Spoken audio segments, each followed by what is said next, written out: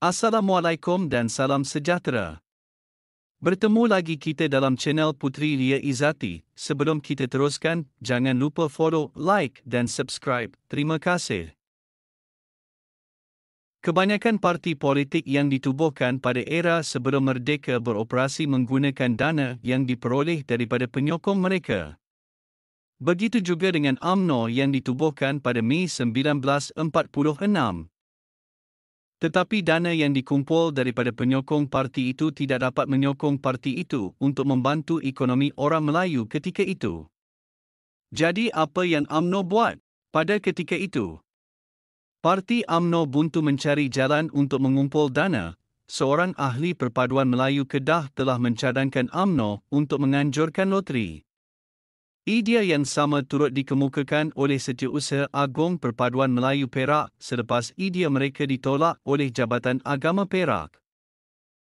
Walaupun terdapat segelintir ulama yang tidak bersetuju kerana judi dan loteri adalah haram dalam Islam, UMNO menegaskan perkara ini dilakukan dengan niat untuk membantu ekonomi orang Melayu dan membantu orang yang memerlukan. Bukan itu sahaja.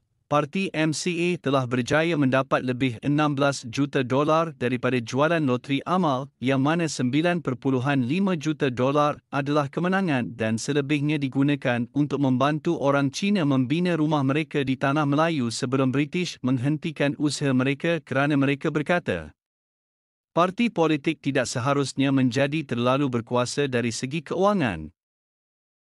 Kejayaan MCA juga meyakinkan UMNO untuk mencipta loteri kebajikan mereka sendiri untuk mengumpul dana untuk membantu orang Melayu seperti yang dirancang. Apabila Perhimpunan Agung UMNO ke-7 diwujudkan, parti itu secara rasmi bersetuju untuk melancarkan loteri amal pertama mereka. Pada mulanya mereka bercadang untuk menjual nombor ekor ini pada 7 Jun 1953 tetapi kerana bertembung dengan bulan Ramadan, rancangan mereka ditunda ke 19 Jun. UMNO telah membuat perancangan untuk menjalankan loteri ini 4 kali setahun di mana sebanyak 200,100 nombor ekor dicetak di Pulau Pinang dan dijual dengan harga $1 setiap tiket loteri. Ejen penjual juga akan menerima komisen sebanyak 7% daripada jumlah yang dijual.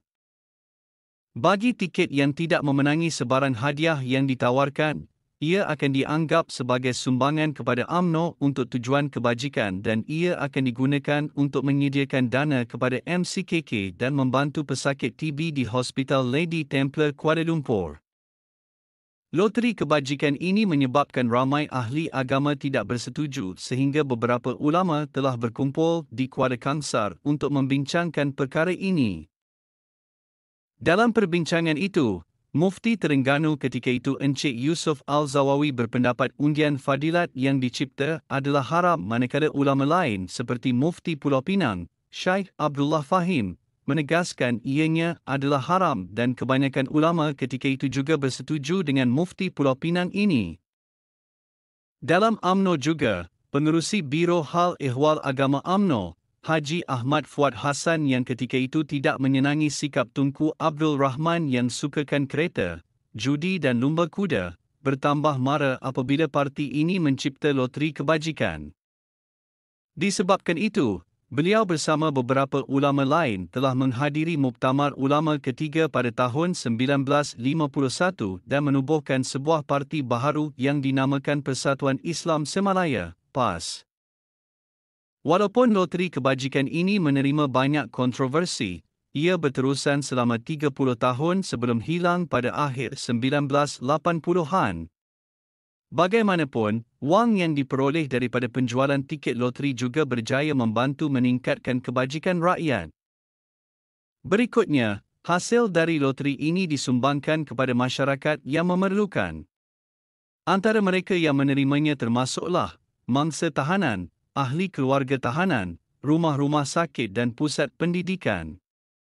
Kolej Melayu Kuala Kangsar, MCKK, juga tersenarai sebagai penerima bantuan hasil loteri UMNO bahkan, pejuang kiri Ahmad Bues Tamam turut dilaporkan menerima bantuan sebanyak $20 semasa ditahan pihak British. Dalam masa sama, Hasil loteri turut digunakan untuk kemudahan UMNO seperti pembinaan rumah UMNO di Kuala Lumpur, Negeri Sembilan, Kedah dan Kelantan, selain untuk pembinaan balai raya, dewan dan pelbagai lagi kebajikan awam. UMNO pun ada anjurkan Fund Fire sebagai salah satu cara mengumpul dana dan ada yang dirasmikan sendiri oleh Tunku Abdul Rahman. Sekian, terima kasih. Jangan lupa follow, like dan subscribe untuk dapat info-info menarik daripada channel